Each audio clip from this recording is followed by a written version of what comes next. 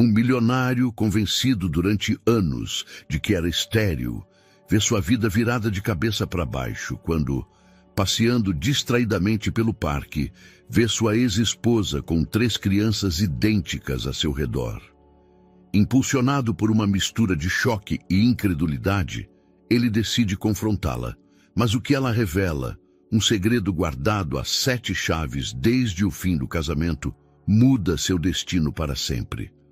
O sol de março filtrava-se entre as copas frondosas das árvores do Parque Ibirapuera, criando um mosaico de luz e sombra sobre os caminhos de pedra.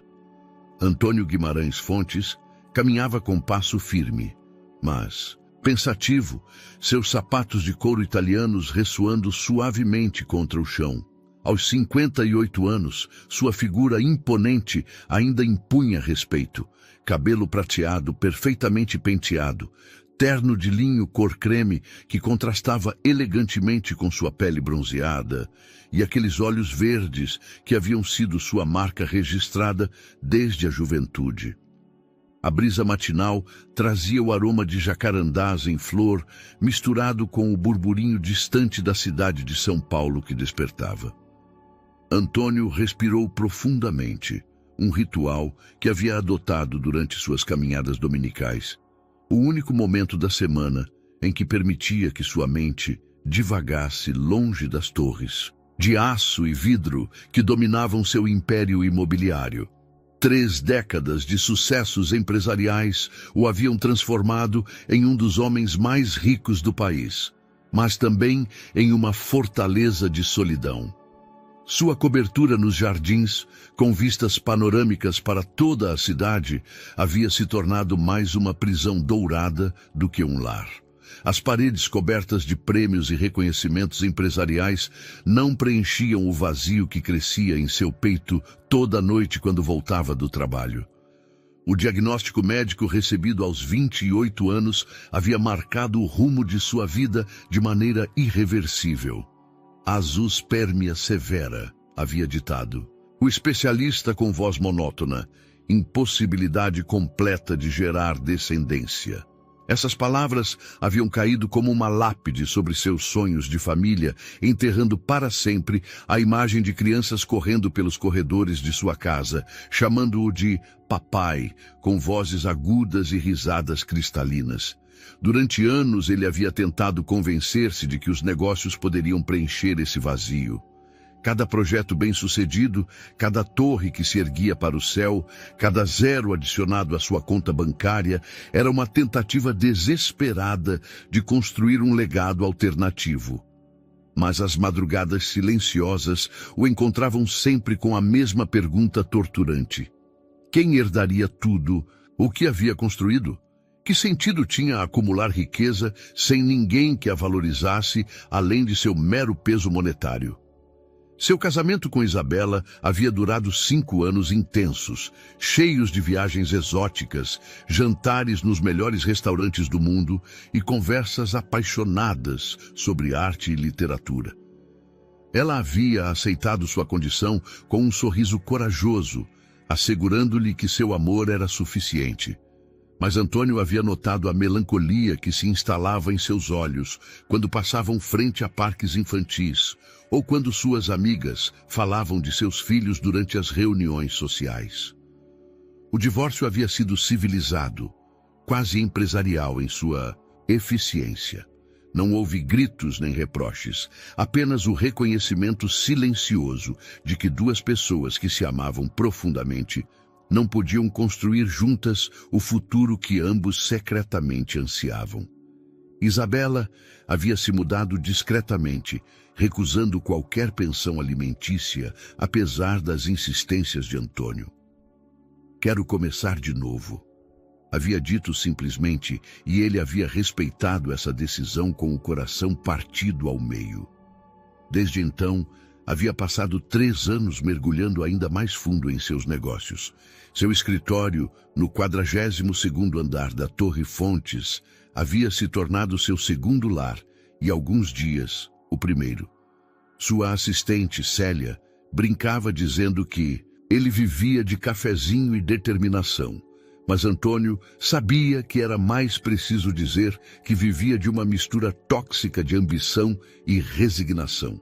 Seus funcionários o viam como um magnata bem-sucedido e generoso.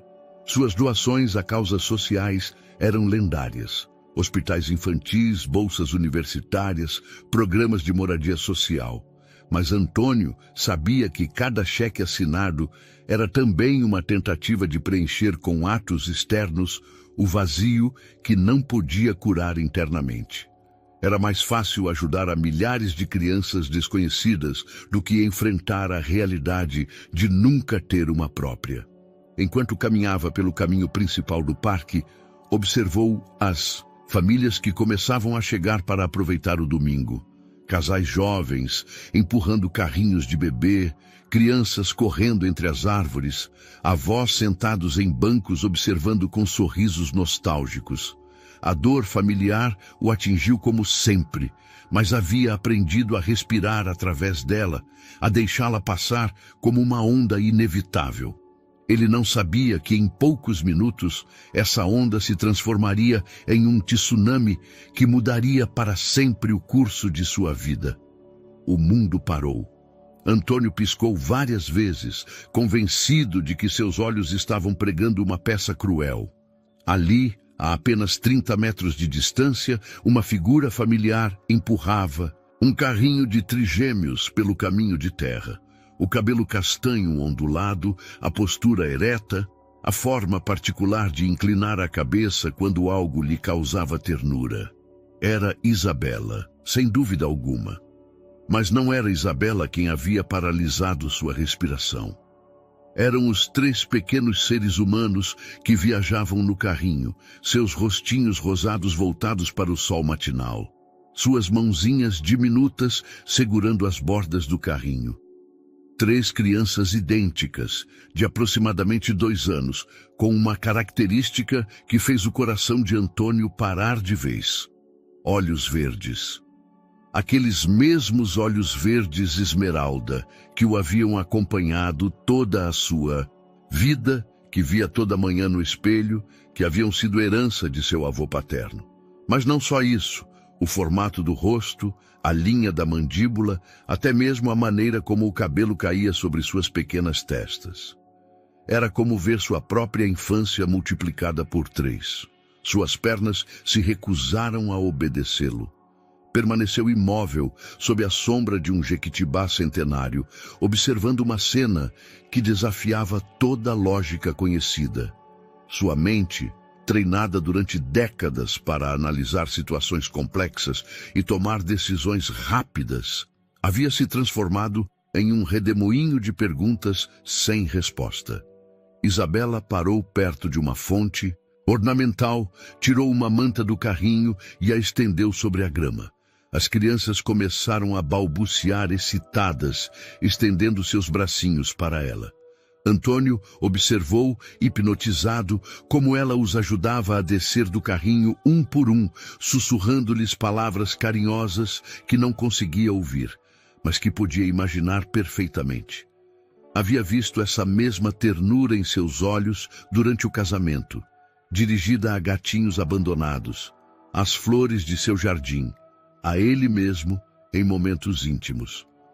O primeiro menino que tocou o chão correu imediatamente em direção a um grupo de pombos, suas perninhas rechonchudas se movendo com a determinação desajeitada dos pequenos exploradores.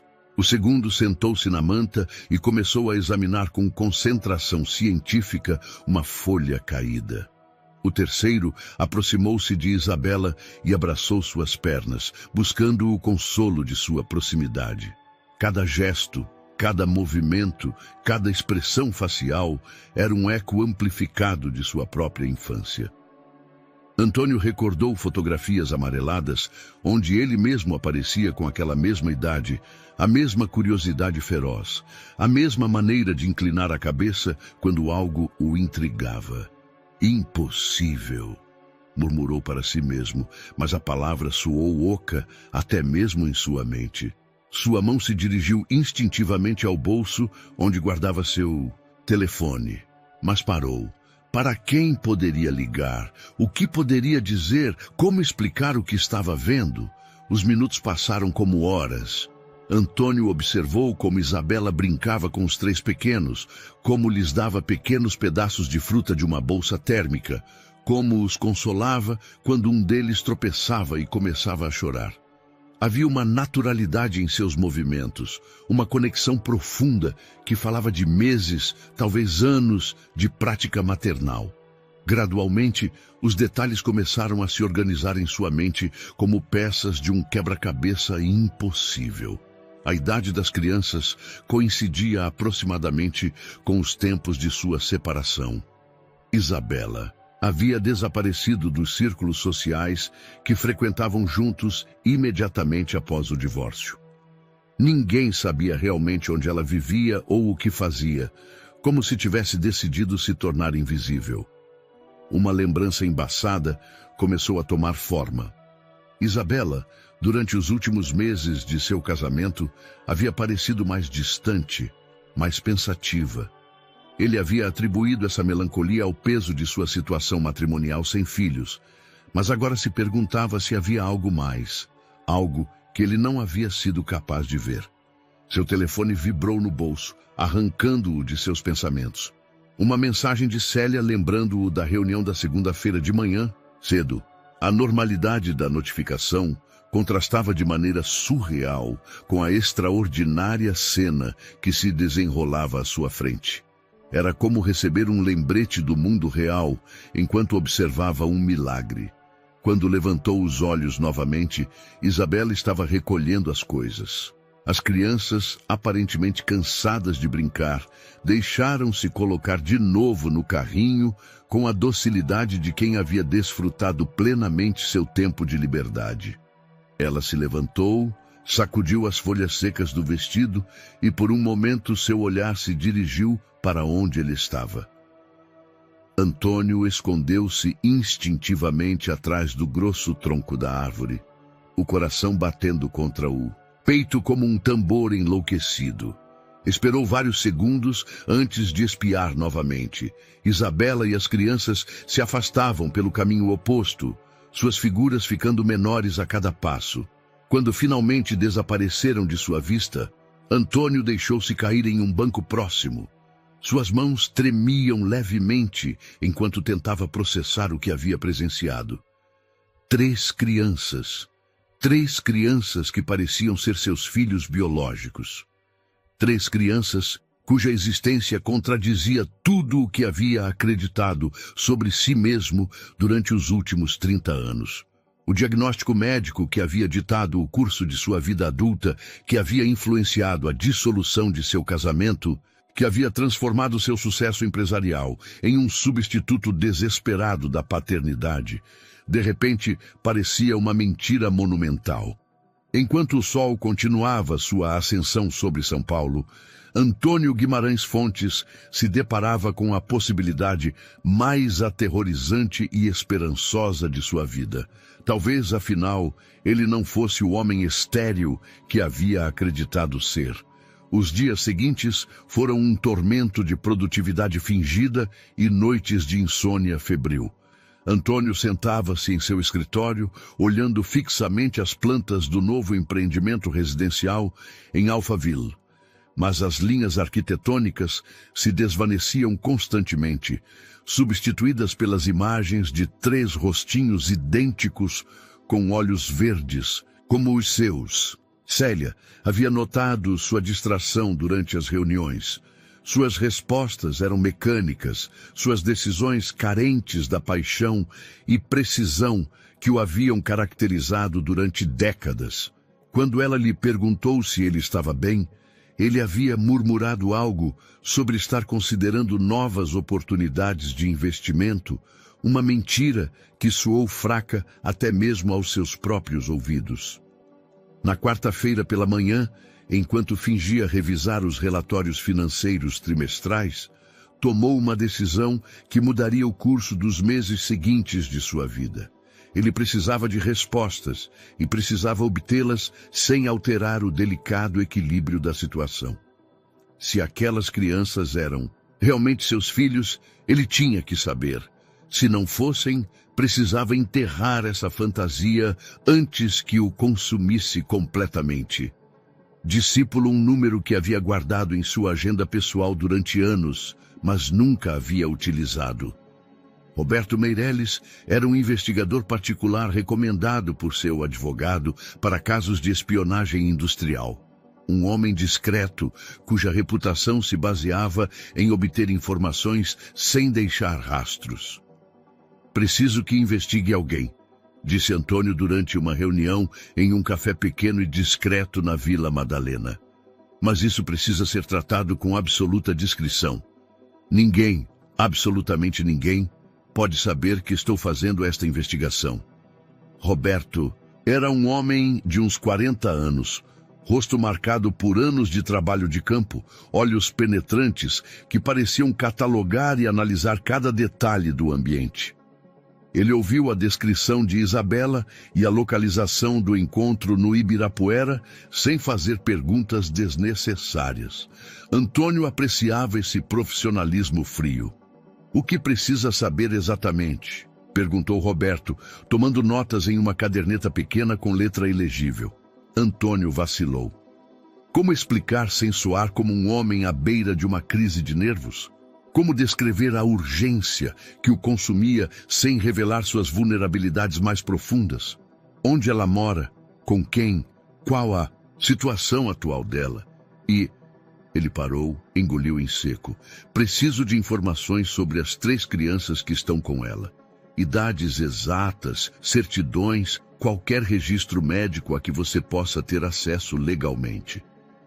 Os olhos de Roberto se aguçaram levemente, mas ele não fez comentários. Antônio soube que o investigador havia compreendido imediatamente as implicações da solicitação. A experiência o havia ensinado a ler nas entrelinhas as motivações de seus clientes. Prazo? O mais rápido possível. Dinheiro não é problema. Naquela noite, Antônio permaneceu acordado em seu estúdio particular, rodeado de livros de negócios e arte que normalmente o tranquilizavam. Mas agora, cada objeto familiar parecia alheio, como se tivesse despertado na vida de outra pessoa. Serviu-se de um uísque escocês de 30 anos, o mesmo que costumava beber com Isabela durante as noites em que discutiam filosofia e planejavam viagens que nunca fariam.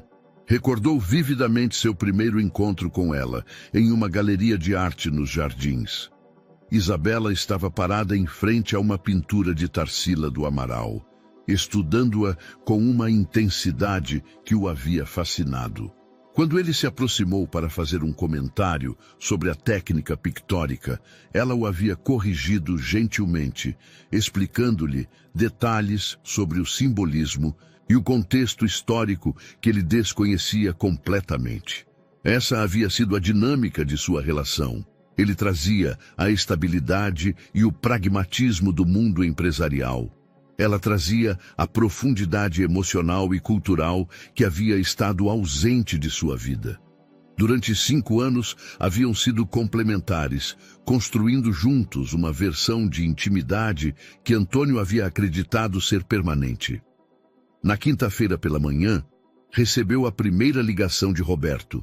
Sua voz soava neutra, profissional, mas Antônio detectou um matiz de curiosidade contida. Eu a encontrei. Ela mora na Vila Madalena, em uma casa pequena que está alugando.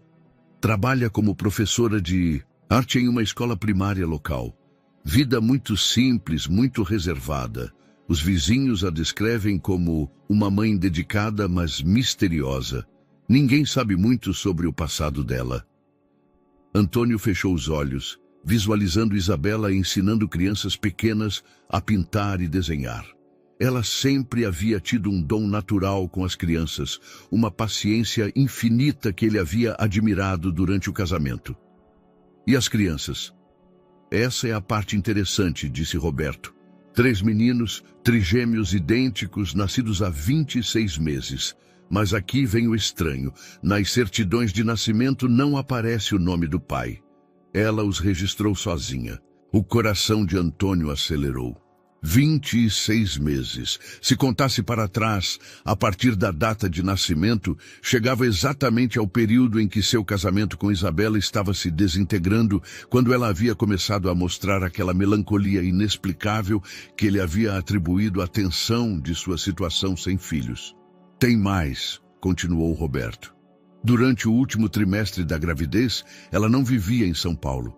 Mudou-se temporariamente para Paraty, completamente isolada de sua vida social anterior. Antônio recostou-se em sua cadeira executiva, olhando pela janela para a cidade que se estendia infinitamente sob seus pés. Paraty, um lugar perfeito para se esconder, para dar à luz sem que ninguém do círculo social que haviam compartilhado soubesse. Mas por que se esconder? Por que manter em segredo o nascimento de 3 crianças? E mais importante ainda, por que não dizer a ele que existiam, especialmente sabendo a dor que sua suposta esterilidade lhe havia causado durante toda a sua vida adulta? As perguntas se multiplicavam mais rápido que as respostas, criando um labirinto de possibilidades que o mantinham acordado toda a noite. Antônio Guimarães Fontes, o homem que havia construído um império baseado em informações precisas e decisões calculadas, encontrava-se navegando em águas completamente desconhecidas, onde cada nova revelação parecia gerar mais mistérios que soluções. Célia Delgado havia trabalhado como assistente executiva de Antônio durante 15 anos. Tempo suficiente para conhecer suas rotinas, suas manias e seus estados de espírito com precisão quase telepática. Por isso sabia que algo extraordinário estava acontecendo quando o encontrou naquela manhã de sexta-feira, revisando obsessivamente os mesmos documentos que havia ignorado a semana toda. "Senhor Fontes", disse ela enquanto colocava seu café matinal sobre a escrivaninha de mogno. "O senhor tem certeza de que está bem? Há 3 dias o senhor vem cancelando reuniões importantes." Antônio levantou os olhos dos papéis que não estava lendo realmente. Célia tinha 52 anos, cabelo grisalho penteado em um coque impecável, e a capacidade de organizar sua vida profissional com uma eficiência que ele havia chegado a considerar indispensável. Mais que uma funcionária, havia sido confidente e estrategista durante os momentos mais cruciais de sua carreira. "Estou apenas reavaliando algumas prioridades", respondeu, consciente de quão vago soava.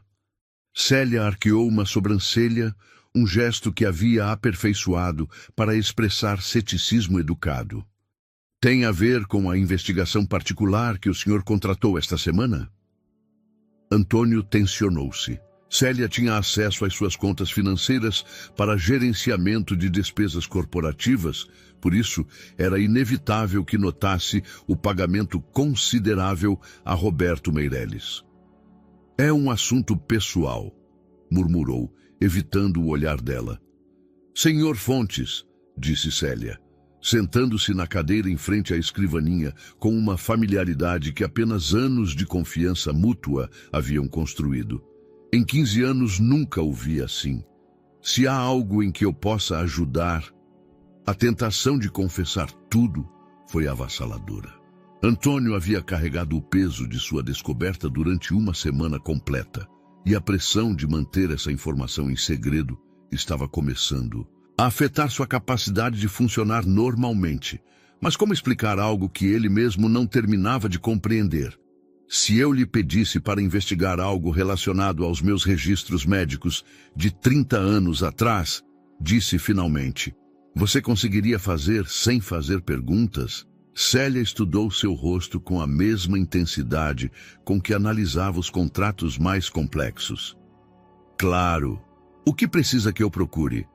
Antônio escreveu em uma folha de papel o nome do médico e da clínica, onde supostamente havia recebido seu diagnóstico de esterilidade em 1995. Célia pegou a informação sem comentários, mas Antônio notou a faísca de curiosidade em seus olhos. Enquanto isso, Roberto havia começado uma vigilância discreta da rotina diária de Isabela. Seus relatórios chegavam toda tarde por mensagem criptografada, criando um retrato detalhado de uma vida que era simultaneamente familiar e completamente estranha para Antônio. Rotina muito estabelecida, havia escrito Roberto na quinta-feira. Sai de casa às 7h30, leva as crianças a uma creche perto da escola. Trabalha até às 15h. As busca, vão ao parque ou ao supermercado. Noites em casa, luzes apagadas às 21h30, vida social muito limitada. Mas foi o relatório de sexta-feira que adicionou uma nova dimensão de complexidade ao quebra-cabeça. Recebe transferências bancárias mensais de uma conta anônima, quantias significativas, sempre em dinheiro depositado em diferentes agências, padrão que começou durante a gravidez e continua até agora. Antônio leu essa mensagem 3 vezes. Transferências anônimas. Alguém estava financiando a vida de Isabela e das crianças. Alguém que preferia se manter invisível. As possibilidades se multiplicaram em sua mente como fractais de paranoia e esperança. Naquela tarde, decidiu tomar uma ação que havia evitado a semana toda. Precisava ver as crianças novamente, confirmar que sua primeira impressão não havia sido produto do desespero ou da fantasia. Dirigiu-se à Vila Madalena, seguindo o endereço que Roberto havia fornecido. O bairro era uma mistura encantadora de história colonial e vida moderna. Ruas de paralelepípedos, casas de cores vibrantes, mercados locais onde o aroma de especiarias brasileiras se misturava com o som constante de conversas animadas. Isabela sempre havia amado esse tipo de ambiente autêntico. Lugares onde podia mergulhar na cultura sem as pretensões dos círculos sociais de elite. Encontrou a casa facilmente. Uma construção pequena de 2 andares, pintada de azul céu, com uma pequena grade de ferro forjado e um jardim dianteiro onde cresciam buganvílias roxas. Era exatamente o tipo de lar que Isabela teria escolhido. Acolhedor, artístico, cheio de personalidade sem ostentação. De seu Mercedes estacionado a meia quadra de distância, Antônio observou como Isabela chegava da escola com as 3 crianças. Vê-los novamente confirmou todas as suas impressões iniciais. Não apenas os olhos verdes, mas a maneira como o mais novo andava com os pés ligeiramente para fora, exatamente como Antônio havia feito quando criança. A forma como o outro dos trigêmeos tocava a orelha quando estava concentrado, um tique nervoso que Antônio ainda conservava. Mas foi observar Isabela interagir com eles que lhe produziu uma dor física no peito. Ele a havia visto triste durante os últimos meses de seu casamento, mas agora ela irradiava uma plenitude maternal que a transformava completamente. Seus movimentos tinham uma graça natural, nascida da prática diária, seus sorrisos eram genuínos e constantes. Enquanto os ajudava a subir os 3 degraus até a porta principal, Antônio notou algo mais. Uma das crianças tropeçou ligeiramente e, antes que pudesse cair, Isabela o segurou com um movimento tão instintivo que parecia telepático. Era o tipo de conexão que só existia entre mães e filhos, forjada em milhares de momentos cotidianos.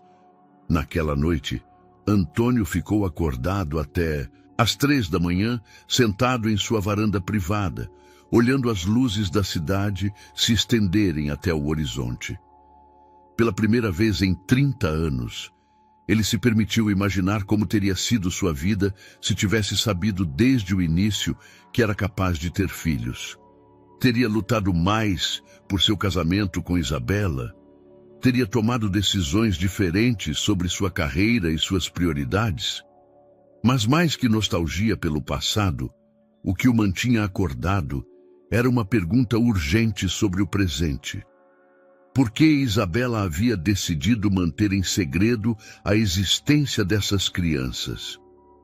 O que havia em sua situação que exigia tanto mistério e isolamento? As respostas, suspeitava, seriam mais complicadas do que ele estava preparado para enfrentar. A ligação de Célia chegou na segunda-feira pela manhã, enquanto Antônio revisava as plantas do novo shopping em Campinas, um projeto que havia perdido completamente sua capacidade de captar sua atenção. Senhor Fontes, encontrei algo estranho, disse sua voz pelo viva-voz, carregada de uma excitação contida que Antônio raramente havia escutado em todos os seus anos trabalhando juntos. Estou ouvindo. O Dr. Andrade, que aparece em seus registros médicos de 1995, nunca existiu. Procurei no Conselho Regional de Medicina, nos arquivos, da Secretaria de Saúde, até mesmo em obituários, caso tivesse falecido. Não há registro de nenhum médico com esse nome e especialidade nessas datas. Antônio sentiu como se o chão de seu escritório tivesse se tornado líquido. O que você está dizendo exatamente? Mais estranho ainda, a Clínica de Especialidades Médicas dos Jardins, que aparece no carimbo do diagnóstico, fechou em 1989, 6 anos antes da data em seus documentos. Senhor Fontes, alguém falsificou esse diagnóstico médico. O telefone escorregou das mãos de Antônio. 30 anos de sua vida, 30 anos de acreditar que era incapaz de ter filhos, 30 anos de decisões baseadas em uma mentira elaboradamente construída. Seu casamento com Isabela, seu foco obsessivo nos negócios, sua resignação com relação à família, tudo havia sido construído sobre fundamentos falsos. Célia, preciso que você investigue mais. Procure qualquer conexão entre essa clínica falsa e minha família. Quero saber quem tinha acesso aos meus documentos pessoais nessa época. Quem poderia ter tido motivos para inventar essa história? Já estou nisso, respondeu Célia com a eficiência que a havia caracterizado durante anos.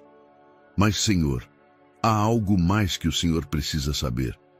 Seu pai tinha uma conta bancária privada que ele gerenciava através de seu escritório de advocacia. Essa conta foi usada para fazer transferências para uma clínica particular em Paraty durante o ano passado. Antônio ficou sem palavras. Seu pai havia morrido 5 anos atrás, mas seus advogados haviam continuado a gerenciar certos investimentos e fundos fiduciários segundo instruções que ele havia deixado seladas. Era possível que seu pai tivesse estado envolvido em manter o segredo das crianças? Enquanto processava essa informação, seu telefone particular vibrou com uma mensagem de Roberto. Urgente! A sujeito mudou a rotina. Fez malas esta manhã. Parece que se prepara para viajar. O pânico apoderou-se de Antônio.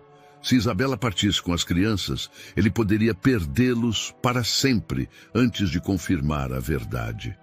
Sem pensar 2 vezes, cancelou todas as suas reuniões do dia e dirigiu-se à Vila Madalena.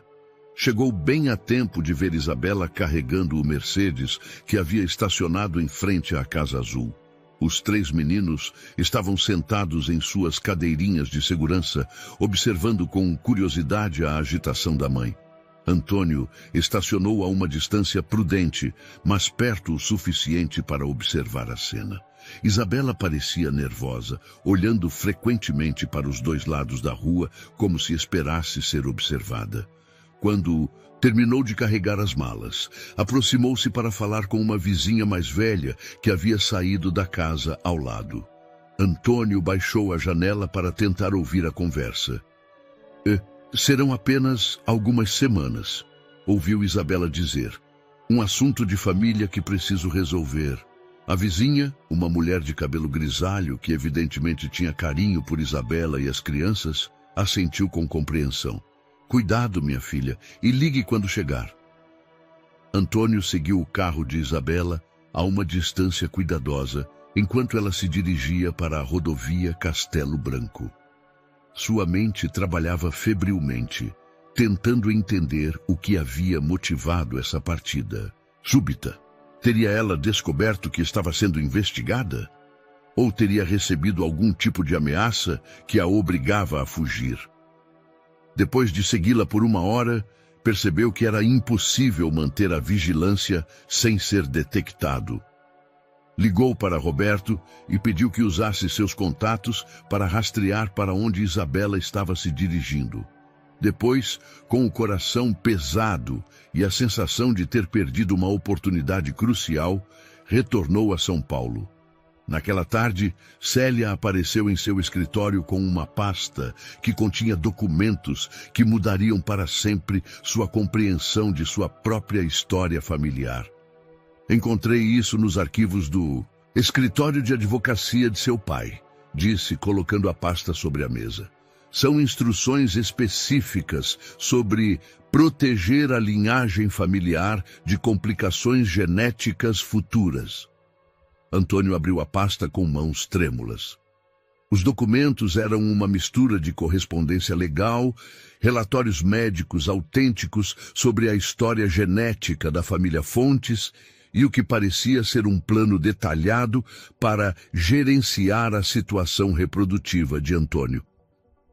Segundo os documentos, havia uma condição genética menor na família que pulava gerações, uma marca de nascença distintiva em forma de meia-lua que aparecia na base do pescoço. Antônio tocou instintivamente essa área, onde ele, efetivamente, tinha essa marca que sempre havia considerado insignificante. Mas os documentos revelavam que seu pai havia interpretado essa marca como evidência de uma linhagem genética problemática que deveria ser controlada.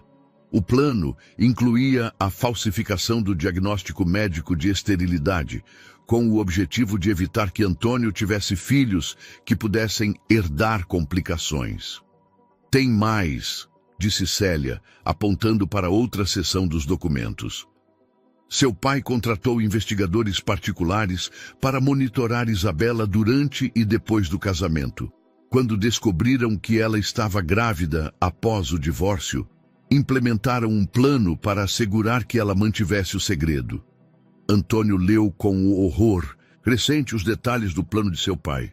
Transferências de dinheiro condicionadas ao silêncio, arranjos para que Isabela desse à luz longe de São Paulo, até mesmo contatos com advogados especializados em adoções, caso fosse necessário separar definitivamente as crianças de Antônio. A última página dos documentos era uma carta pessoal de seu pai, escrita pouco antes de sua morte, explicando suas motivações. Meu querido Antônio, se está lendo isto, significa que descobriu a verdade sobre as crianças. O que fiz por amor paternal mal direcionado. Temia que a marca familiar trouxesse complicações para sua vida, como trouxe para a minha em minha juventude. Percebi tarde demais que meu medo me levou a roubar-lhe a oportunidade mais bonita da vida humana, ser pai. Se Isabela e as crianças ainda vivem, por favor, perdoe-os por manter meu segredo. O dinheiro que lhes dei foi minha tentativa de compensar o dano que causei. Espero que encontre a maneira de ser o pai que sempre foi capaz de ser. Antônio fechou a pasta e permaneceu em silêncio durante longos minutos. Seu pai, movido por medos irracionais sobre genética e reputação familiar, havia orquestrado uma das mentiras mais elaboradas e devastadoras imagináveis. E, agora, Isabela havia fugido, possivelmente levando para sempre a oportunidade de conhecer seus filhos. A busca por Isabela e as crianças tornou-se uma obsessão que consumia cada minuto livre de Antônio. Roberto havia confirmado que se dirigiam para Belo Horizonte, mas depois disso, o rastro havia esfriado. Era como se tivessem desaparecido deliberadamente, seguindo um plano de contingência cuidadosamente preparado. Durante essas semanas de incerteza, Antônio começou a notar mudanças inquietantes em seu ambiente de trabalho. Sua sócia, Adriana Campos, havia estado agindo de maneira estranha desde que retornou de uma viagem à Europa. Adriana era uma mulher de 45 anos, brilhante e ambiciosa, que havia colaborado com ele em vários projetos imobiliários durante os últimos 8 anos. Antônio, precisamos conversar, disse ela em uma terça-feira à tarde, aparecendo em seu escritório sem hora marcada. Seu tom era diferente do habitual, mais formal e carregado de uma tensão que ele não conseguia identificar. Sobre qual projeto? Respondeu Antônio, levantando os olhos dos relatórios financeiros que havia estado fingindo ler. Sobre sua situação pessoal, disse Adriana, fechando a porta atrás dela e sentando-se sem convite. Sei sobre as crianças. Antônio sentiu como se tivesse recebido um golpe físico. Não, sei do que você está falando. Adriana sorriu com uma frieza que ele nunca havia visto nela. Isabela Morales, 3 crianças de 26 meses. Uma investigação particular muito cara que você tem financiado. Preciso continuar? Como você sabe disso? Perguntou Antônio, abandonando qualquer pretensão de ignorância. Porque tenho monitorado suas atividades financeiras há meses, respondeu Adriana, com uma naturalidade que resultava mais aterrorizante do que se tivesse gritado. Inicialmente por razões de negócios, para entender melhor seu comportamento de investimento. Mas quando você começou a contratar investigadores particulares, me interessei. Antônio recostou-se em sua cadeira, estudando o rosto da mulher que havia considerado uma sócia confiável durante anos. O que você quer, Adriana? Quero que assine o acordo de fusão que temos discutido. Os termos que propus no mês passado, sem modificações. Em troca, mantenho privada toda a informação sobre suas complicações familiares. A palavra chantagem flutuou na mente de Antônio sem que ela a pronunciasse. Adriana havia descoberto seu segredo mais vulnerável e agora o utilizava como alavanca para obter vantagens empresariais. O acordo de fusão que ela propunha lhe daria controle efetivo sobre a maioria de suas propriedades imobiliárias mais valiosas. Se me negar, continuou Adriana, posso dificultar muito seu eventual reencontro com essas crianças. A mídia adoraria uma história sobre um magnata imobiliário que abandonou seus filhos trigêmeos. Não importa que a realidade seja mais complicada. Antônio permaneceu em silêncio durante vários minutos, calculando opções e consequências. Adriana tinha razão em uma coisa: um escândalo público tornaria infinitamente mais difícil qualquer tentativa de reconstruir uma relação com Isabela e as crianças. Mas ceder à chantagem significava entregar décadas de trabalho a uma mulher que havia revelado uma natureza completamente diferente da que havia mostrado durante anos. Quanto tempo tenho para decidir? Perguntou finalmente. Até sexta-feira. Depois disso, não posso garantir que a informação se mantenha privada. Quando Adriana se retirou, Antônio ligou imediatamente para Célia e Roberto para uma reunião de emergência. Precisava entender como Adriana havia obtido essa informação e que outras vulnerabilidades poderia haver em sua situação. Ela tem pago alguém dentro do seu círculo próximo, confirmou Roberto depois de revisar as transações financeiras de Adriana. Pagamentos regulares a uma conta que pertence ao seu advogado pessoal, Dr. Fonseca. Antônio sentiu uma nova onda de traição. O Dr. Fonseca havia cuidado de seus assuntos legais pessoais por mais de uma década, incluindo seu divórcio de Isabela. Ele tinha acesso a informações privilegiadas sobre todos os aspectos de sua vida privada. Há mais notícias ruins, continuou Roberto. Sua irmã Miriam também tem feito perguntas estranhas sobre suas finanças familiares. Aparentemente, contratou seus próprios advogados para revisar os testamentos e fundos fiduciários. Célia acrescentou outra complicação. Os registros bancários mostram que alguém tem transferido dinheiro para Isabela de uma conta diferente da que seu pai gerenciava. É possível que ela tenha múltiplas fontes de financiamento, o que explicaria por que pôde desaparecer tão efetivamente. Antônio se viu preso em uma rede de manipulações e segredos, que parecia se estender em todas as direções. Sua sócia o estava chantageando, seu advogado o havia traído, sua irmã estava investigando suas finanças familiares e, em algum lugar, Isabela e seus 3 filhos permaneciam ocultos, protegidos por recursos que ele não havia fornecido.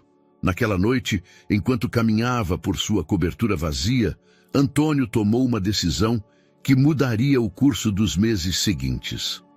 Não ia ceder à chantagem de Adriana, mas também não ia continuar reagindo passivamente às ações de outros. Era hora de tomar controle ativo da situação, não importando as consequências.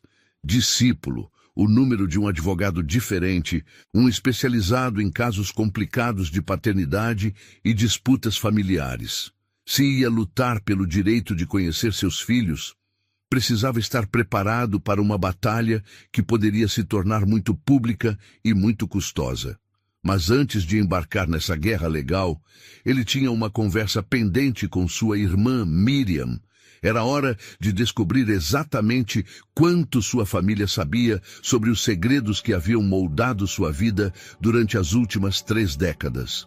A casa de Miriam no Morumbi sempre havia intimidado Antônio, não por seu tamanho ou luxo, mas pela perfeição meticulosa que sua irmã mais velha havia cultivado durante décadas. Cada objeto tinha seu lugar exato, cada superfície brilhava com polimento recente, cada flor, nos arranjos florais, havia sido escolhida para complementar o esquema de cores do cômodo. Miriam Guimarães Vasconcelos havia herdado o perfeccionismo obsessivo de seu pai, junto com uma inteligência financeira que a havia transformado em administradora não oficial dos interesses familiares após a morte do patriarca. Aos 62 anos, mantinha a elegância severa que a havia caracterizado desde a juventude. Cabelo prateado sempre impecável, maquiagem discreta, mas perfeita, vestuário que sussurrava dinheiro sem ostentação vulgar. "Eu sabia que você viria", disse ela quando ele apareceu em sua porta naquela tarde de quinta-feira, sem anunciar-se e com atenção visível em cada linha de seu corpo. "Então, você sabe por que estou aqui", respondeu Antônio, seguindo-a para seu estúdio particular, uma sala forrada de livros de leis e história da arte, onde ela gerenciava os aspectos mais delicados das finanças familiares. Miriam serviu-se de um chá de ervas com movimentos cerimoniais, uma tática de atraso que Antônio reconheceu imediatamente. Sua irmã sempre havia usado rituais domésticos para controlar o ritmo das conversas difíceis. "As crianças", disse finalmente, sem preâmbulos.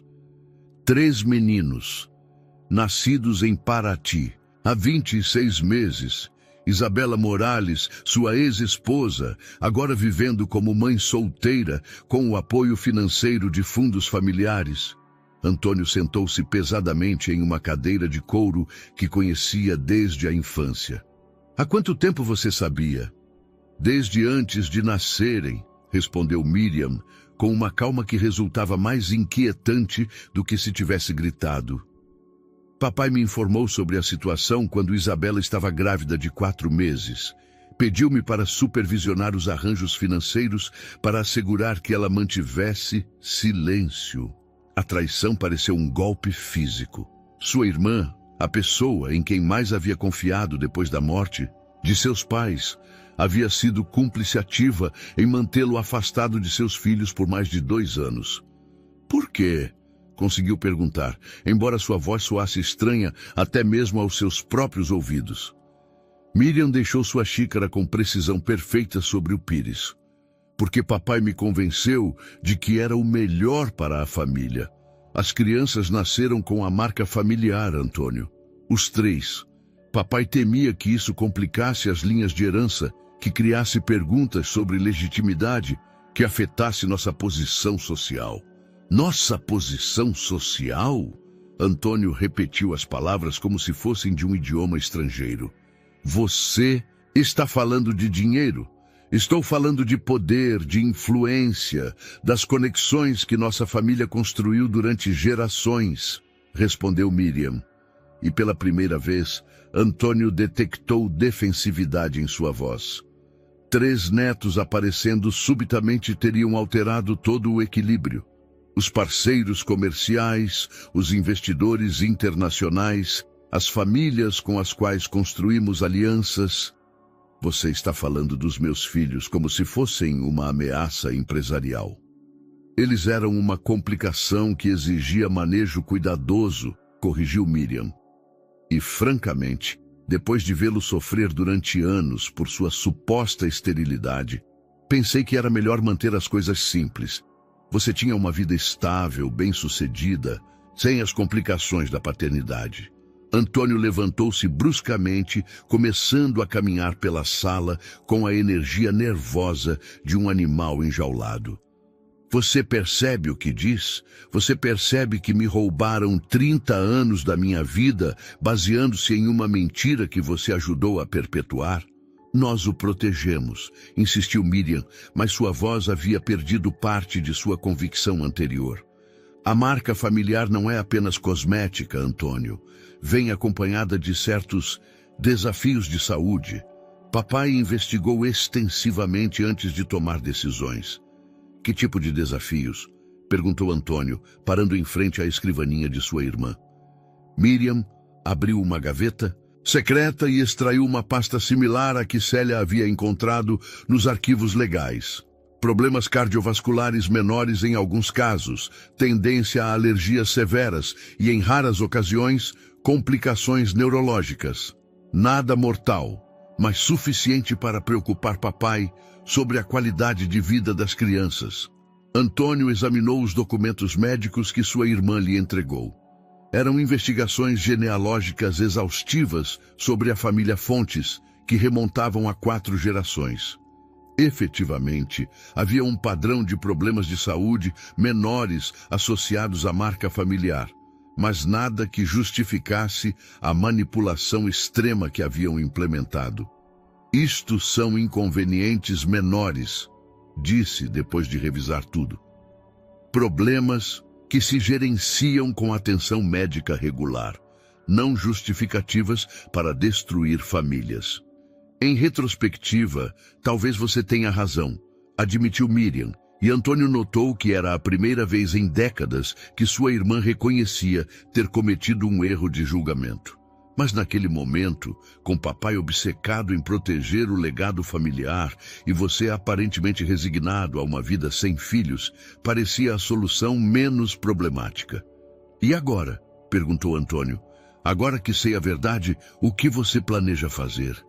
Miriam dirigiu-se a uma janela que dava para o jardim perfeitamente cuidado, onde jardineiros trabalhavam silenciosamente entre roseiras e fontes ornamentais. Agora, tenho medo de que a família se desintegre completamente. Os advogados que contratei não eram para bloquear seu acesso às crianças, Antônio. Eram para proteger os fundos familiares caso você decidisse processar por danos. A revelação adicionou outra camada de complexidade à situação. Sua irmã não havia estado conspirando ativamente contra ele. Havia estado se preparando defensivamente para as consequências de décadas de decisões familiares problemáticas. Miriam, preciso da sua ajuda, disse Antônio, e as palavras saíram mais vulneráveis do que havia planejado.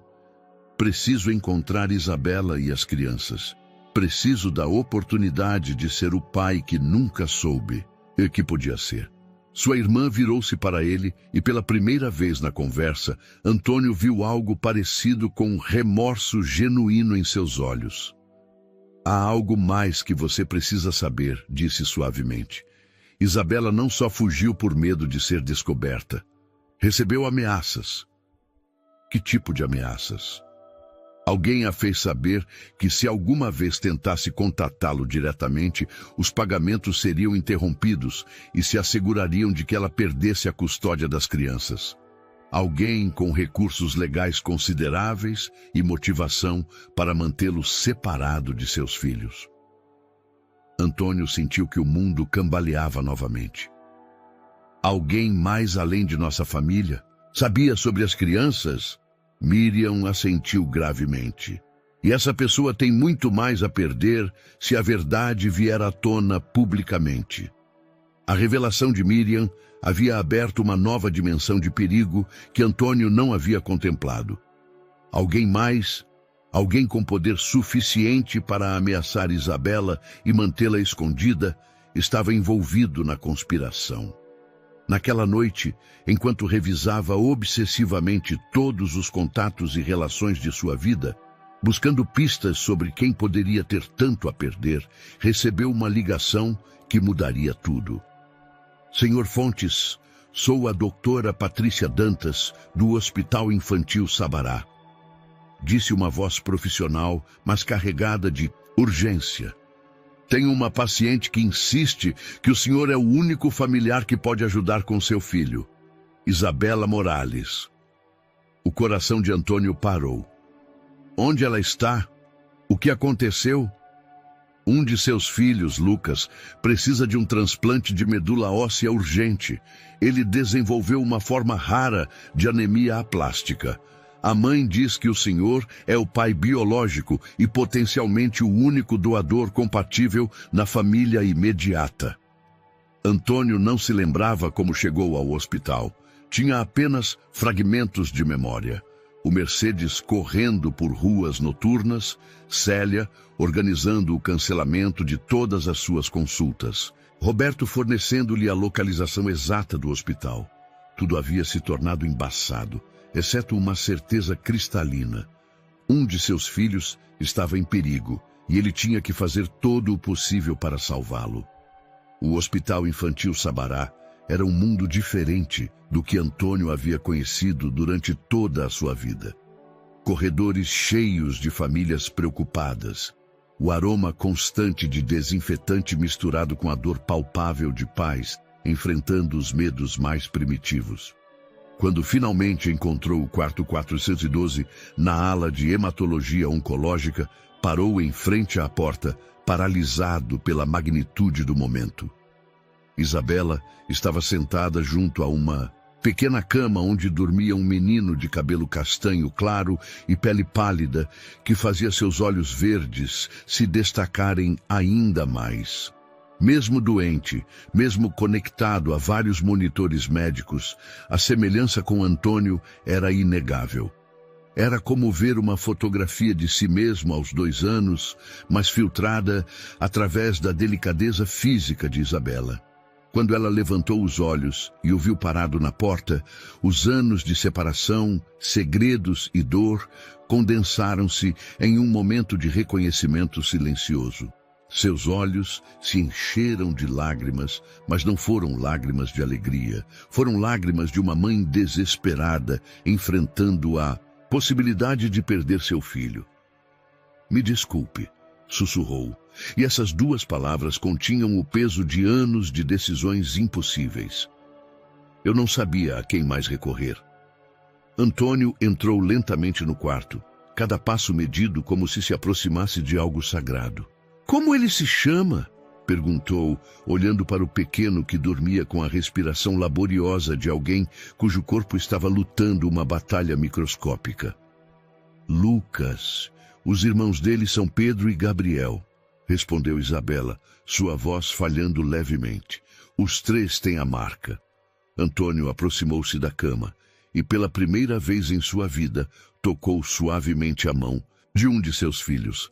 A pele era macia e quente, os dedos diminutos que se fecharam instintivamente ao redor do seu com a força surpreendente dos muito pequenos. Naquele momento, todas as complicações legais, todas as conspirações familiares, todos os anos perdidos tornaram-se irrelevantes. Só existia a necessidade primitiva de proteger este pequeno ser humano que carregava seu sangue. Onde estão os outros 2? Perguntou, sem desviar os olhos de Lucas. Com minha irmã em um hotel perto daqui. Eu não queria... Não sabia se era seguro trazê-los até ter certeza de que você viria. A doutora Patrícia entrou, naquele momento, uma mulher de meia idade com a eficiência prática de quem já enfrentou milhares de emergências familiares. Senhor Fontes, precisamos fazer imediatamente os testes de compatibilidade. O tempo é crítico. A anemia aplástica está progredindo rapidamente.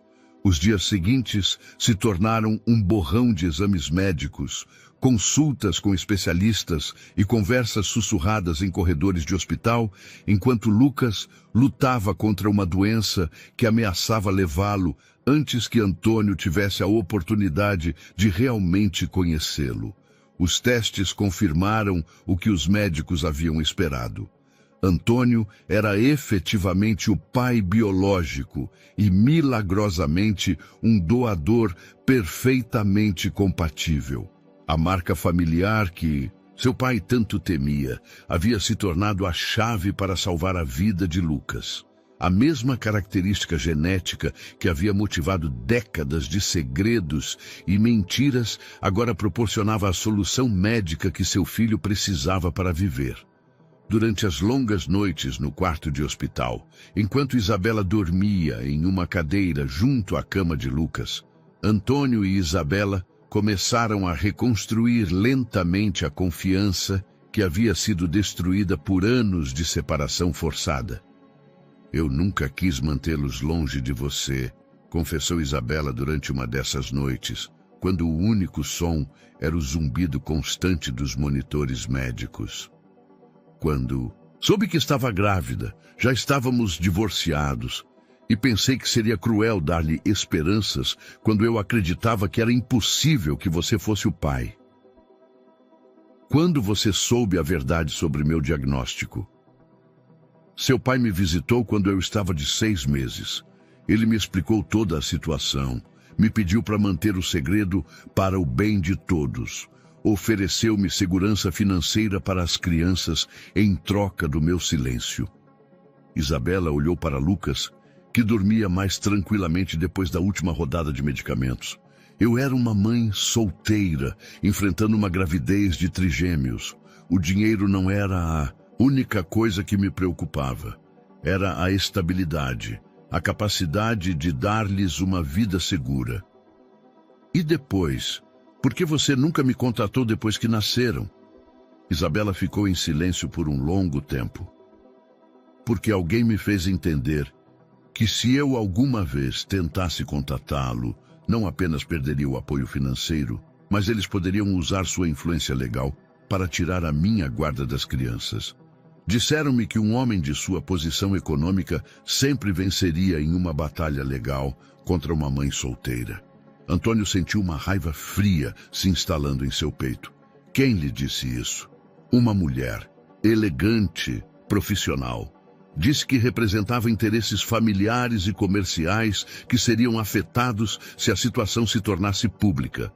Nunca me disse o nome dela, mas era óbvio que ela conhecia detalhes íntimos sobre sua vida e seus negócios. Antônio soube imediatamente de quem Isabela estava falando. Apenas uma pessoa tinha tanto acesso à sua informação pessoal e tanto a perder se a verdade viesse à tona. Adriana Campos, sua sócia de negócios, que agora o estava chantageando. Mas por que ela teria estado envolvida desde o início? Que motivação tinha para manter sua família separada? A resposta chegaria mais cedo, ou mais tarde, mas por agora, toda a sua energia estava concentrada no procedimento médico que poderia salvar a vida de seu filho e possivelmente lhe daria a oportunidade de construir a família que sempre havia ansiado. O dia do transplante amanheceu cinzento e chuvoso, como se São Paulo tivesse decidido refletir a tensão que Antônio sentia em cada fibra de seu corpo. As últimas 72 horas haviam sido um turbilhão de preparativos médicos, consultas com especialistas e o processo emocional de finalmente conhecer Pedro e Gabriel, os irmãos de Lucas. Quando Isabela os trouxe ao hospital, Antônio experimentou uma mistura avassaladora de alegria e dor. As três crianças eram distintas, apesar de serem trigêmeos idênticos. Lucas era o mais contemplativo, mesmo doente, mantinha uma seriedade que lembrava Antônio de sua própria infância. Pedro era pura energia, correndo pelos corredores do hospital com a resistência incansável dos 2 anos. Gabriel era o mais carinhoso, buscando constantemente o contato físico com Isabela, e, surpreendentemente, estendendo-se para Antônio com uma confiança que o comoveu às lágrimas. "Você é nosso papai?" perguntou Gabriel com a franqueza direta das crianças pequenas, enquanto Antônio se agachava para ficar à altura dele na sala de espera do hospital. Antônio havia olhado para Isabela, buscando orientação sobre como lidar com aquela pergunta que esperava há mais de 2 anos. Ela havia assentido suavemente, dando-lhe permissão silenciosa para reivindicar aquela identidade que lhe havia sido negada por tanto tempo. "Sim, eu sou o papai de vocês", havia respondido, e as palavras soaram mais reais do que qualquer contrato comercial que ele houvesse assinado em sua vida. Agora, enquanto era preparado para a extração de medula óssea que poderia salvar a vida de Lucas, Antônio refletia sobre a ironia cruel da situação. Seu pai havia orquestrado uma mentira elaborada para evitar que ele tivesse filhos com problemas genéticos, mas essa mesma característica genética havia se tornado a chave para salvar a vida de seu neto. A doutora Patrícia havia explicado que o tipo sanguíneo raro associado à marca familiar os tornava doadores ideais entre si, mas também os tornava mais suscetíveis a certos tipos de anemia. Era uma espada de 2 gumes genética que exigia conhecimento e cuidado médico apropriado, não o ocultamento e a negação que haviam caracterizado a abordagem de seu pai. Enquanto os anestesistas preparavam o equipamento para o procedimento, Antônio recebeu uma ligação inesperada em seu celular. Era Roberto, e sua voz tinha a urgência de alguém que havia descoberto informações cruciais. "Senhor, encontrei algo importante sobre Adriana Campos", disse sem preâmbulos. "Ela não é apenas sua sócia. Acontece que é casada com o Dr. Rafael Oliveira, o médico que falsificou seu diagnóstico original." Antônio sentiu como se tivesse recebido uma descarga elétrica. "O que você está dizendo?" Dr. Rafael Oliveira mudou de nome depois de perder sua licença médica em 1998 por má prática.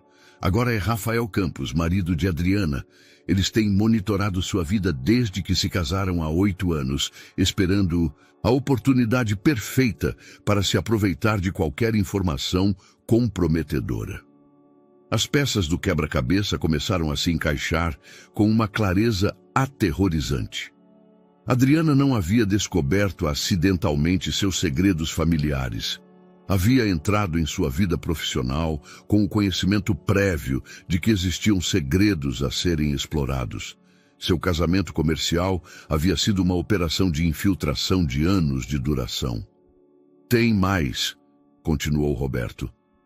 "Encontrei evidências de que eles têm chantageado várias famílias proeminentes usando o mesmo método: identificar segredos familiares, infiltrar-se como parceiros comerciais e, em seguida, usar a informação para forçar fusões empresariais favoráveis." Antônio teve que se sentar enquanto processava a informação. Sua relação comercial com Adriana havia sido uma farsa desde o início, uma operação criminosa sofisticada projetada para roubar décadas de trabalho empresarial. "Onde eles estão agora?", perguntou, sentindo uma mistura de raiva e determinação que não havia experimentado desde seus primeiros anos como empresário. "No seu escritório. Mas, senhor, há algo mais urgente. Interceptei comunicações que indicam que planejam tornar o escândalo público hoje, durante sua cirurgia. Querem usar o momento de máxima vulnerabilidade para forçar a assinatura do acordo de fusão." Antônio olhou para o quarto onde Lucas esperava seu transplante, conectado a máquinas que mantinham estáveis seus sinais vitais, enquanto seu corpo lutava contra a doença que ameaçava sua vida. Ele não podia permitir que o momento mais importante de sua vida como pai fosse contaminado pelas manipulações de pessoas que haviam construído suas carreiras sobre a destruição de famílias. Célia chamou sua assistente, que havia estado coordenando todos os aspectos logísticos da crise médica. Preciso que você convoque uma coletiva de imprensa para esta tarde. Vamos contar nossa versão da história antes que eles possam controlar a narrativa. O senhor tem certeza de que é o momento certo? Perguntou Célia, conhecendo seu estado emocional atual. Antônio olhou novamente para Lucas, que dormia tranquilamente sob o efeito dos medicamentos pré-operatórios. Isabela estava sentada ao lado dele, segurando sua mão com a ternura protetora de uma mãe, enfrentando o medo mais primitivo. É exatamente o momento certo, respondeu. Meu filho vai saber que seu pai lutou por ele, não apenas medicamente, mas contra todas as pessoas que tentaram nos manter separados. 1 hora mais tarde, enquanto Antônio era levado ao centro cirúrgico para a extração de medula óssea, que poderia salvar a vida de Lucas, ele havia colocado em prática um plano que exporia anos de manipulação e chantagem. Era uma aposta arriscada, mas pela primeira vez em décadas, Antônio Guimarães Fontes estava lutando não apenas por seu império empresarial, mas por algo infinitamente mais valioso: o direito de ser pai de seus filhos. O procedimento médico foi bem sucedido, mas a verdadeira batalha estava apenas começando. Quando despertou da anestesia, encontrou Isabela segurando sua mão e lágrimas de alívio escorrendo por suas bochechas. Lucas está respondendo bem, sussurrou. Os médicos dizem que as células-tronco estão se adaptando perfeitamente. Antônio apertou suavemente a mão dela, sentindo pela primeira vez em anos que havia tomado a decisão certa no momento certo. Seus filhos teriam a oportunidade de crescer conhecendo seu pai, não importando quantas batalhas legais ou públicas fossem necessárias para proteger essa oportunidade. A coletiva de imprensa foi realizada no salão principal do Hospital Infantil Sabará, um espaço que normalmente era utilizado para anúncios médicos importantes. Antônio havia escolhido deliberadamente esse cenário porque queria que a história fosse contada no contexto correto. Não como um escândalo empresarial, mas como a história de um pai lutando para se reunir com seus filhos. Célia havia feito milagres em poucas horas, convocando os principais meios de comunicação de São Paulo com a promessa de uma revelação importante sobre manipulação empresarial e paternidade negada. A sala estava cheia de repórteres, câmeras de televisão e a tensão palpável de uma história que poderia mudar a percepção pública de um dos empresários mais respeitados do país. Antônio apareceu em uma cadeira de rodas, ainda fraco pelo procedimento de extração de medula óssea, mas com uma determinação em seus olhos que transmitia mais força do que qualquer postura física imponente. Isabela estava ao seu lado, segurando a mão de Gabriel enquanto Pedro brincava silenciosamente com um brinquedo médico que uma enfermeira lhe havia dado. Durante 30 anos, começou Antônio, sua voz clara, apesar da fadiga física. Vivia acreditando que era incapaz de ter filhos devido a um diagnóstico médico que, na verdade, foi completamente falsificado. Essa mentira não apenas afetou minha vida pessoal, mas foi usada para me manter afastado de meus 3 filhos durante os primeiros anos de suas vidas. Ele levantou uma pasta que continha todos os documentos que Célia havia compilado. Os registros médicos falsos, as correspondências de seu pai, as transferências bancárias e as provas da conspiração que durou décadas. Meu pai, movido por medos irracionais sobre genética familiar, orquestrou essa mentira com a ajuda de um médico que depois perdeu sua licença por má prática.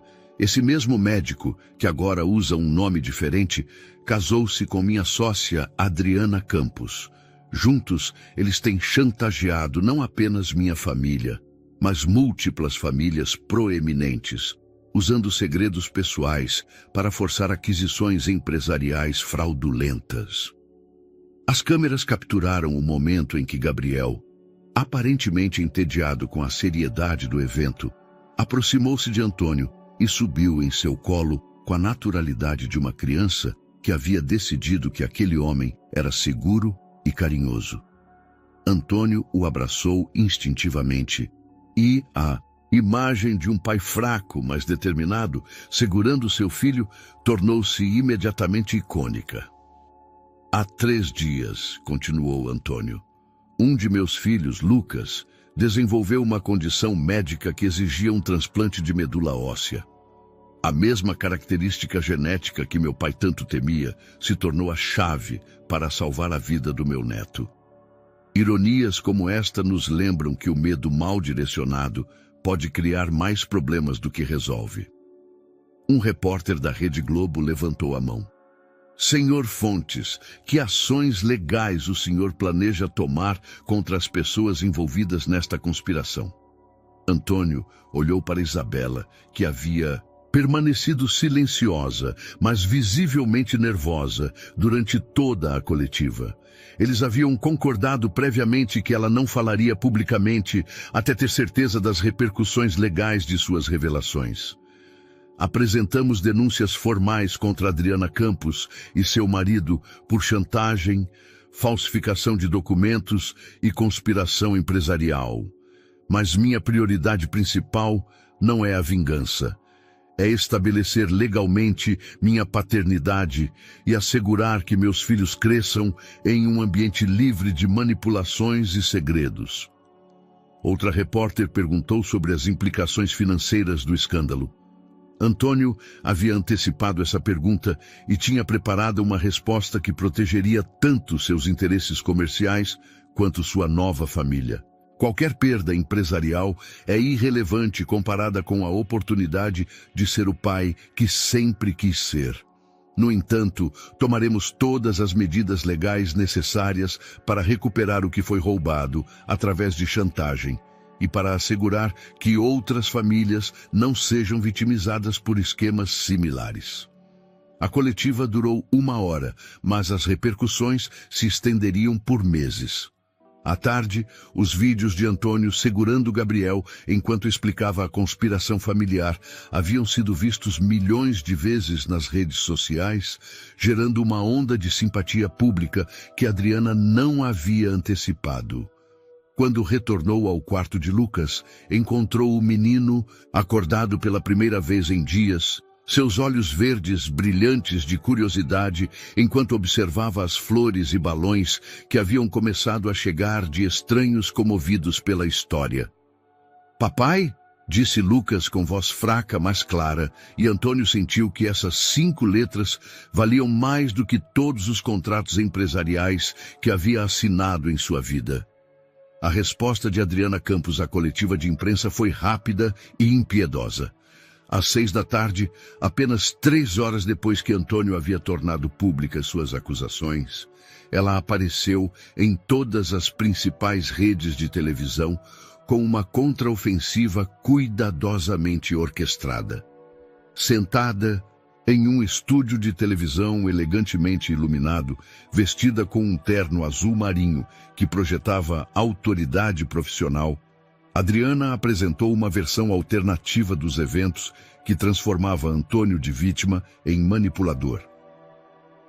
Antônio Fontes é um homem desesperado que está usando a doença de uma criança para gerar simpatia pública e evitar as consequências de anos de decisões comerciais irresponsáveis. Declarou com a confiança de alguém que havia preparado essa narrativa durante meses. As acusações que ele apresenta não são mais do que uma cortina de fumaça para ocultar o fato de que está à beira da falência e precisa desesperadamente dos fundos que nossa fusão empresarial proporcionaria. Antônio observou a transmissão do quarto do hospital, rodeado de Isabela, Célia e Roberto. Cada palavra de Adriana havia sido calculada para semear dúvidas sobre suas motivações e credibilidade. Além disso, continuou Adriana, tenho evidências de que o senhor Fontes conhecia a existência dessas crianças há meses e escolheu deliberadamente ignorá-las até que se tornassem úteis para sua imagem pública. Uma verdadeira investigação revelará que ele mesmo financiou secretamente a mãe dessas crianças para mantê-las ocultas enquanto construía sua imagem de empresário sem família. A acusação era brilhantemente perversa. Utilizava elementos reais da situação, as transferências de dinheiro, o segredo mantido durante anos, mas os recontextualizava para fazer Antônio parecer o manipulador em vez da vítima. Isabela tensionou-se visivelmente enquanto escutava as acusações. Ela está fazendo parecer que você orquestrou tudo isso, murmurou, preocupação genuína em sua voz. É exatamente o que eu esperava que ela fizesse, respondeu Antônio, surpreendentemente calmo. Adriana é brilhante, mas cometeu um erro crucial. Subestimou quanta documentação havíamos compilado. Célia abriu uma nova pasta que havia estado preparando enquanto Antônio se recuperava da cirurgia. As transferências bancárias que mencionei antes não apenas provam que alguém mais estava financiando Isabela, mas mostram um padrão de pagamentos que coincide exatamente com as chantagens a outras famílias. Roberto acrescentou sua própria contribuição. E tenho gravações de conversas entre Adriana e seu marido, onde eles discutem especificamente como usar a informação sobre as crianças para forçar a fusão empresarial. Mas a verdadeira surpresa chegou quando Miriam apareceu inesperadamente no quarto do hospital. A irmã mais velha de Antônio, que havia permanecido em silêncio público sobre toda a situação, trazia consigo uma mala cheia de documentos que mudariam completamente o equilíbrio de poder. Antônio, há algo que não lhe disse durante nossa conversa em minha casa, anunciou, dirigindo-se diretamente a ele com a determinação que havia caracterizado toda a sua vida. Papai não apenas documentou seu próprio plano, ele também investigou e documentou as atividades criminosas de outros.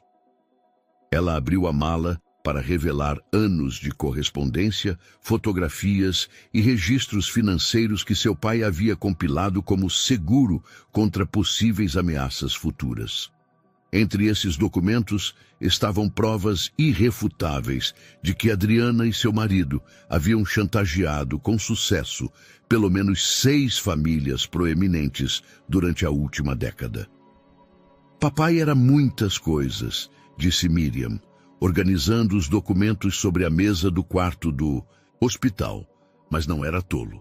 Ele sabia que, se alguma vez implementasse um plano tão arriscado como falsificar seu diagnóstico médico, precisaria de proteção contra qualquer um que pudesse usar essa informação contra ele.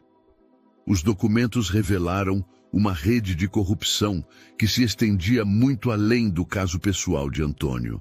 Adriana e seu marido haviam sistematicamente identificado e explorado segredos familiares da elite empresarial brasileira, construindo um império comercial baseado inteiramente em chantagem e manipulação. "Por que você não me deu isso antes?" perguntou Antônio, examinando evidências que teriam resolvido sua situação semanas atrás. "Porque esperava que você pudesse resolver tudo sem ter que destruir publicamente tantas famílias", admitiu Miriam. "Mas depois de ouvir a coletiva de imprensa daquela mulher, percebi que não conseguiríamos lidar com isso de forma privada."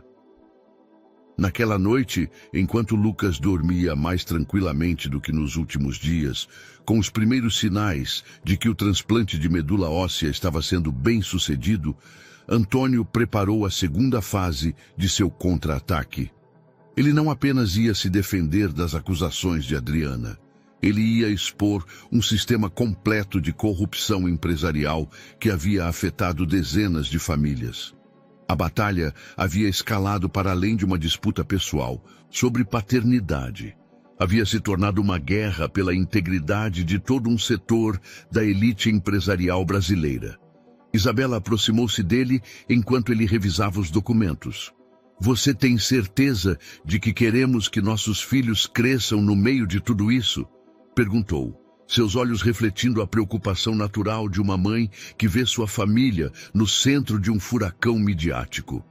Antônio olhou para Lucas, que havia começado a sorrir pela primeira vez desde que começou seu tratamento médico. Quero que eles cresçam em um mundo onde a verdade importa mais do que o poder, respondeu. E isso significa lutar essa batalha até o fim. A segunda coletiva de imprensa de Antônio aconteceu uma semana depois, quando Lucas já havia começado a mostrar sinais claros de recuperação e os médicos haviam confirmado que o transplante de medula óssea havia sido completamente bem-sucedido. Desta vez, o evento foi realizado no auditório principal de sua empresa, rodeado dos documentos que Miriam havia fornecido e com a presença de representantes do Ministério Público, que haviam iniciado uma investigação formal sobre as atividades de Adriana. Na semana passada, começou Antônio, de pé desta vez e com uma força física renovada, expus como minha família havia sido vítima de décadas de manipulação e chantagem. Hoje, apresento evidências de que nossa experiência não foi única, mas parte de um padrão sistemático de corrupção empresarial que afetou múltiplas famílias proeminentes no Brasil. As câmeras se dirigiram para as telas, onde Célia projetava documentos, fotografias e registros bancários que revelavam a extensão completa das operações criminosas de Adriana. Os nomes das famílias vítimas haviam sido censurados para proteger sua privacidade, mas os padrões de chantagem eram inconfundíveis. Durante a última década, continuou Antônio, Adriana Campos e seu marido, o ex-médico Rafael Campos, construíram um império empresarial baseado inteiramente na extorsão. Eles identificavam segredos familiares, infiltravam-se como parceiros comerciais e, em seguida, usavam informações confidenciais para forçar fusões empresariais altamente favoráveis. Roberto aproximou-se do púlpito para apresentar a evidência técnica. Temos gravações de áudio, onde os acusados discutem especificamente seus métodos de chantagem. Temos registros bancários que mostram transferências coordenadas para múltiplas famílias vítimas. E temos documentação que prova que eles falsificaram registros médicos e legais para sustentar seus esquemas. Mas foi a aparição inesperada de 3 das outras famílias vítimas que transformou a coletiva de imprensa em um momento histórico. Famílias que haviam permanecido em silêncio durante anos por medo e vergonha, agora se apresentavam publicamente para corroborar as acusações de Antônio. Elisa Nogueira, esposa do magnata têxtil Fernando Nogueira, aproximou-se do microfone com mãos trêmulas, mas voz firme. Adriana Campos destruiu nosso casamento usando informações privadas sobre problemas de fertilidade semelhantes aos do Sr. Fontes. Ela nos chantageou durante 5 anos, obrigando-nos a entregar o controle de nossas fábricas têxteis. Um por um, outros depoimentos revelaram um padrão idêntico.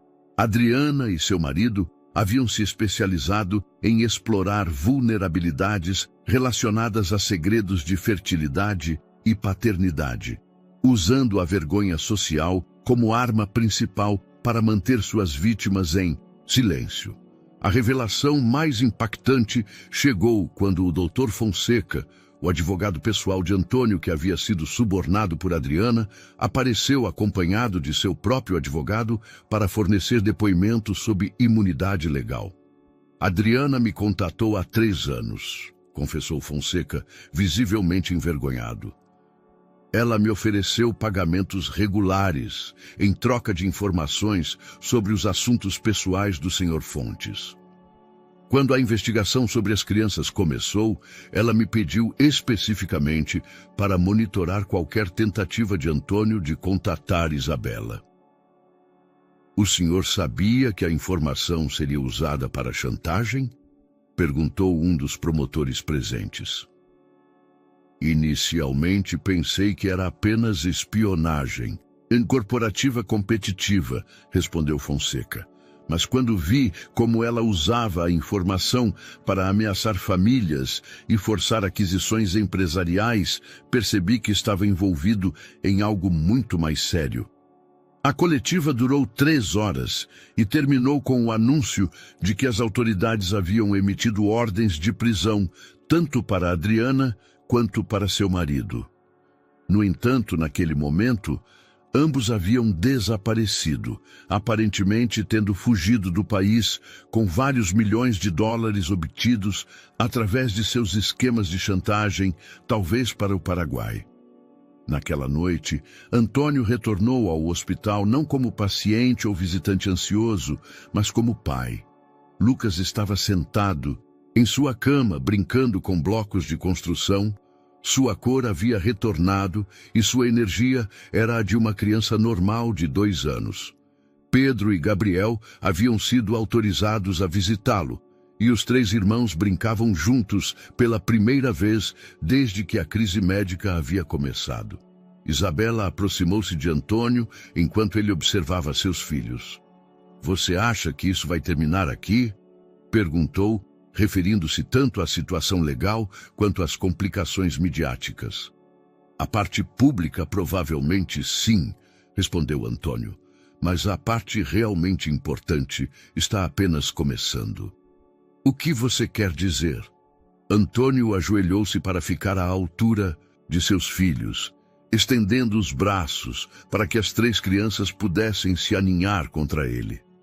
"Quero dizer que agora temos que aprender a ser uma família. Todo o resto, os julgamentos, a mídia, as empresas, são apenas distrações do que realmente importa." Lucas levantou os olhos para Antônio com aqueles olhos verdes que haviam iniciado toda essa aventura.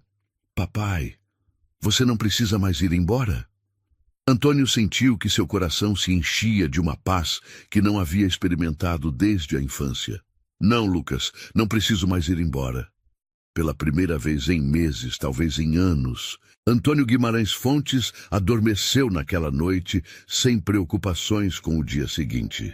Amanhã começaria o processo de aprender a ser o pai que sempre quis ser, rodeado da família que por fim havia encontrado o caminho de volta para ele. 6 meses após o transplante, Antônio encontrou-se em uma situação que nunca havia imaginado. Sentado no chão de sua sala de estar, construindo torres de blocos com 3 crianças de 2 anos e meio que o chamavam de papai, com a naturalidade de quem nunca havia conhecido outra realidade. Sua cobertura nos jardins havia sido transformada completamente. As paredes antes, decoradas exclusivamente com prêmios empresariais, agora exibiam desenhos coloridos, feitos com giz de cera e as impressões de mãos pequenas em tinta lavável. Os móveis de design haviam sido substituídos por sofás resistentes e cantos protegidos com espuma macia. Lucas havia tido uma recuperação completa que os médicos consideravam quase milagrosa. Não apenas seu sistema imunológico havia aceitado perfeitamente o transplante de medula óssea, mas havia desenvolvido uma resistência excepcional que o tornava mais forte do que antes da doença. Os 3 irmãos corriam pela casa com a energia incansável das crianças saudáveis, transformando cada dia em uma nova aventura. Isabela havia aceitado se mudar para a cobertura depois de semanas de conversas cuidadosas sobre o futuro de sua família não tradicional. Não haviam falado em casamento. Esse tema exigia mais tempo e cura emocional. Mas haviam estabelecido uma rotina familiar que funcionava surpreendentemente bem. "Antônio", disse Isabela naquela manhã enquanto preparava o café da manhã, "chegou isto para você." Ela lhe entregou uma carta oficial do Tribunal de Justiça confirmando que o reconhecimento legal de paternidade havia sido concluído sem objeções. Os nomes de Antônio apareciam oficialmente nas certidões de nascimento de Lucas, Pedro e Gabriel Fontes. Morales. Já é oficial, murmurou Antônio, lendo o documento legal que formalizava o que seu coração havia sabido desde o primeiro momento no Ibirapuera. Naquela tarde, ele tinha uma reunião importante com sua nova equipe legal para revisar as ações civis contra Adriana e seu marido, que haviam sido presos na Costa Rica e estavam aguardando extradição. Mas, pela primeira vez em sua carreira empresarial, Antônio não sentia urgência por resoluções legais ou recuperações financeiras. Célia, disse a sua assistente durante uma ligação telefônica, cancele a reunião desta tarde. Os advogados podem lidar com tudo sem minha presença. Hoje quero ensinar as crianças a andar de bicicleta. Célia ficou em silêncio por um momento. Em 15 anos de trabalho conjunto, Antônio jamais havia cancelado uma reunião legal importante para atividades pessoais. O senhor tem certeza, senhor? Perguntou finalmente. Completamente seguro, respondeu Antônio, observando seus 3 filhos construir um forte com almofadas do sofá. Os contratos podem esperar. Momentos como estes não se repetem. Mais tarde, enquanto empurrava 3 bicicletas pequenas pelo mesmo Parque Ibirapuera, onde havia começado essa aventura, Antônio refletiu sobre como suas prioridades haviam mudado. O homem que havia construído um império imobiliário baseado em controle e eficiência, agora encontrava sua maior satisfação no caos organizado da paternidade. Lucas parou em sua bicicleta e virou-se para Antônio. Papai, amanhã podemos vir de novo? Antônio sorriu, lembrando todas as vezes que havia caminhado sozinho por esses mesmos caminhos, sonhando com momentos exatamente como este. Amanhã e todos os dias que quiserem, respondeu. E pela primeira vez em décadas, essa promessa era completamente verdadeira. 1 ano após o transplante, Antônio organizou uma festa especial no jardim de sua nova casa na Vila Madalena, uma propriedade que havia comprado especificamente porque Isabela havia comentado que sentia falta da vida naquele bairro. A celebração comemorava múltiplas ocasiões: o 3º aniversário dos trigêmeos, a recuperação completa de Lucas e o 1º aniversário de seu reencontro como família. A casa era completamente diferente da cobertura dos jardins. Tinha um jardim grande onde as crianças podiam correr livremente, árvores perfeitas para escalar quando fossem maiores, e a sensação de comunidade genuína que Isabela havia sentido falta durante seu tempo escondida. Miriam havia ajudado a organizar a festa, uma colaboração que havia surpreendido Antônio. Sua irmã, que havia passado décadas obcecada com o controle e a perfeição, agora se deleitava com o caos alegre que 3 crianças de 3 anos traziam. A maternidade tardia que havia experimentado através de ser tia havia suavizado aspectos de sua personalidade que Antônio pensava serem imutáveis. Sabe o que é o mais estranho? Comentou Miriam enquanto observavam as crianças perseguir bolhas de sabão pelo jardim. Papai teria adorado isso. Todo o seu medo sobre complicações genéticas. E olha, 3 crianças perfeitamente saudáveis e brilhantes. Antônio assentiu, tendo chegado a uma paz relativa com a memória de seu pai. O dano havia sido real e significativo, mas havia nascido do amor mal direcionado mais do que da malícia. Célia apareceu com um presente especial, um álbum de fotografias que havia compilado secretamente durante todo o ano. Continha imagens do primeiro dia no hospital, da coletiva de imprensa, dos primeiros passos das crianças na nova casa e de dezenas de momentos cotidianos que documentavam a construção de uma família. Para que nunca esqueçam como chegaram aqui, disse Célia, entregando o álbum a Antônio. Isabela aproximou-se enquanto ele folheava as fotografias. Nas imagens, era possível ver a transformação gradual de todos. Ela havia recuperado a tranquilidade que havia perdido durante anos de segredo forçado. Ele havia desenvolvido uma naturalidade com a paternidade que parecia ter estado adormecida em vez de ausente. As crianças haviam florescido em um ambiente de amor sem complicações. Antônio, disse Isabela suavemente, há algo que quero lhe dizer. Ele levantou os olhos do álbum, detectando um tom especial em sua voz. Tenho pensado muito sobre nós, sobre o que construímos antes e o que estamos construindo agora, continuou.